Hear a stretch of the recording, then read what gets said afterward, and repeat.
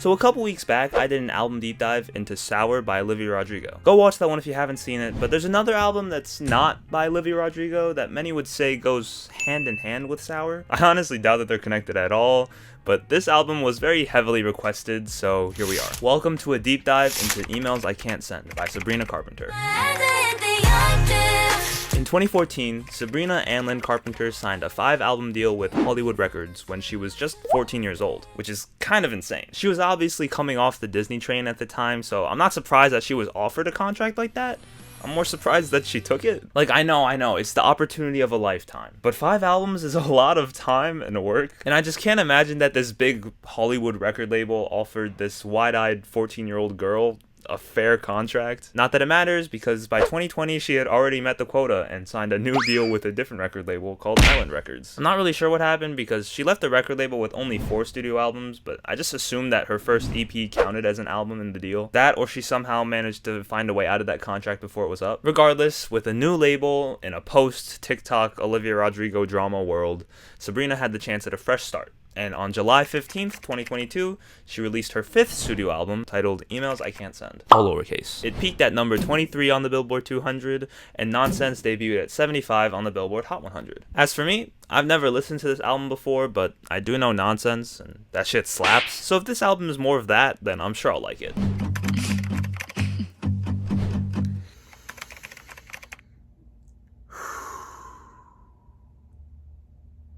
It wasn't bad. There were definitely a lot of songs that I thought were pretty fun. The biggest standout attribute to all of them was just her vocals. I think she's a really great singer.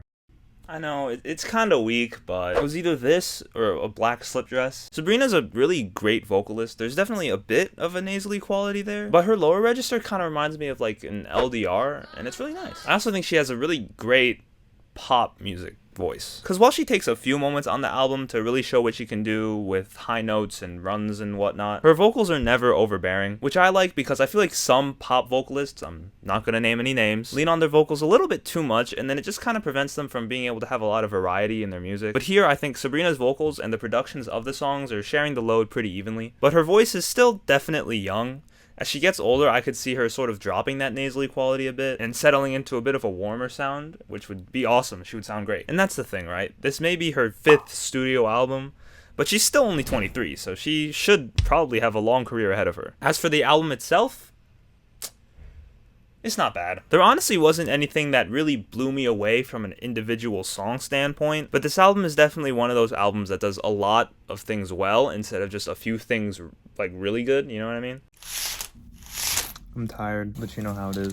Gotta force yourself to go to the gym. I think I'm on listen number like 5 or 6. I don't think any of the songs are inherently bad, but I'm getting to the point where I'm kind of 50-50 on them. And then whenever I'm listening to the songs that I'm not a big fan of, I'm kind of just waiting for the other ones. Damn. I like how simple it is, but also manages to stand out on the album. It's cool how she incorporated those city pop type vibes. Not my personal cup of tea, but it was alright. She talks with a weird cadence at the beginning. Like, I don't know why she's saying tornado warnings like tornado warnings, but it kind of works, and I really like the hook. Banger, slapper. This one's like really sad.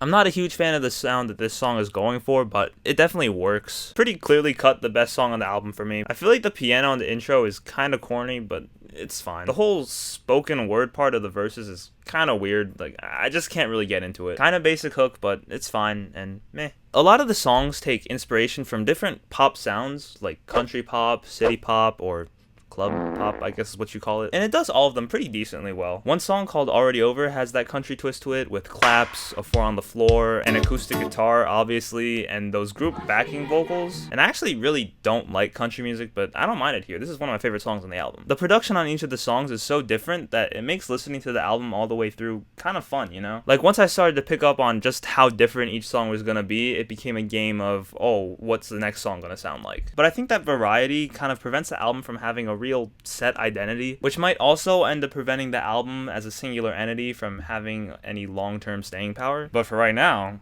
I like it. Sabrina's the first name on all of these songs, which really doesn't surprise me. All of these lyrics more or less feel like they're ripped straight out of a diary, especially the first song in which she's the only writer. That song was sad as shit, but I will say sometimes it does feel like it leans into its metaphors a little too hard. An example of this is in the song How Many Things when it says, You used a fork once, turns out forks are fucking everywhere. Which, as the song goes on, you eventually understand that it's a metaphor for how her ex used her and she's not special. Sorry, Sabrina, you were just another piece of cutlery to him. But it is kind of bizarre when you first hear it. On the flip side, I really like the premise of the song Because I Like the Boy. She basically talks about how something so simple, like liking someone, can derail so quickly and just cause a lot of problems. And choosing to have the chorus list off all of those terrible things and being like, yeah, all that shit happened because I like the boy. It's clever. The build throughout that song is done so well too. Right when you think you're coming down from the climax, it actually ends up building into something that's just much crazier. And it's just so good. But the Thin Mint line is kinda goofy. Yo, what's up, fool? Yo, you got the stuff? Yeah. Nice. I only see Samoas and tackles. Yo, what the fuck, bro? Just take your shit and go before my boy here blows your brains out. No, it's not that. It's just my girl wants Thin Mints, man. Oh shit, is that Billy? You fucking dumbass, bro. I'm sorry. This bag's actually from my mom's. Here. Nice. But overall, I honestly love this song. I think it's like top 2. But 1 definitely belongs to, I've literally been talking about it this entire video, Nonsense. Yes, I know, okay, I'm basic. But listen, I think when it comes to production, vocals, melodies, and everything else, Nonsense is just peak. And up till this point, all of her lyrics have been super serious, which is fine. But whenever there ends up being a bar that's just a little bit corny, which is inevitable, every album has at least a few corny lines, it ends up sticking out like a sore thumb. So I like that she takes the chance to have fun with it and just embrace the corniness. Baby My Tongue Goes Numb sounds like blib blib lee is not good lyricism. But who gives a fuck? That's just fire! My favorite part is definitely the second verse going into the second pre-chorus. I can't play the entire snippet for copyright reasons, of course, but I'll throw a timestamp on the screen. This right here, that's peak pop music. I am about to watch the Nonsense music video. So many smudges. There's just something about seeing Sabrina Carpenter rizz up herself that just felt weird, but it was also hilarious, you know. She's still not taking herself too seriously. And when an artist is that willing to have fun with their music, how can you really ever say anything bad about it? Day number, I don't fucking know. Listen number, who fucking cares? A lot. I honestly think that if I keep listening to this album, I'm probably gonna throw up.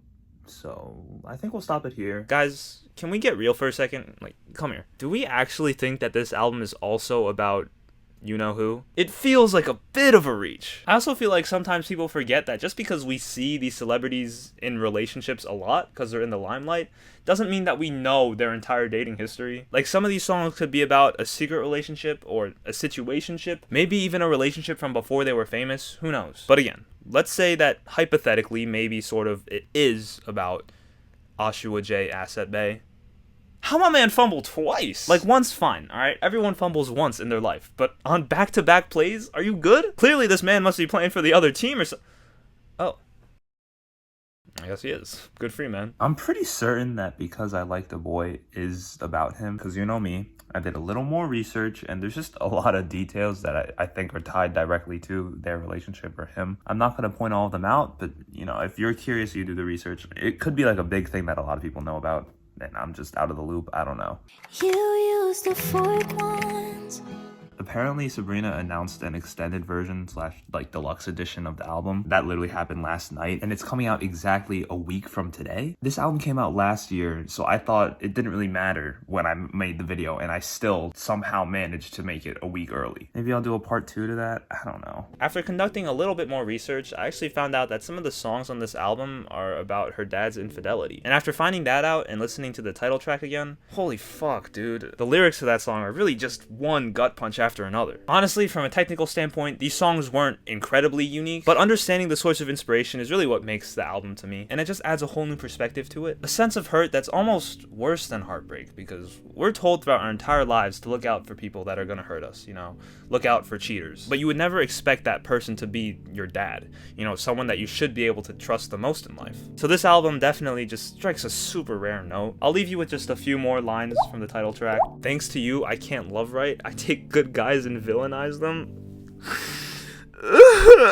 With everything we've talked about today, I think it warrants this album a solid 8.5 I don't know. I'm somewhere between the 7.5 to 8.5 range. I'll put the final one on the screen. Sabrina is definitely an artist that I'm looking forward to seeing grow. I might even actually go check out her older stuff, although I'm not sure because I kind of get the sense that it's not as good, just because no one really talks about her stuff up until this album. But let me know what you guys think in the comments. And while you're down there, what's your favorite song on the album? It's probably Nonsense because that is literally objectively the best song ever created. Anyways, that wraps up this week's video. I hope you enjoyed. Let me know what album to do next, and subscribe if you're new. Videos like this every week. I'll see you guys in the next one. I'll be honest, looking at it on me, thinking nonsense. I've never done my stomach when you walk in. When you got your arms around me, oh, it feels so good.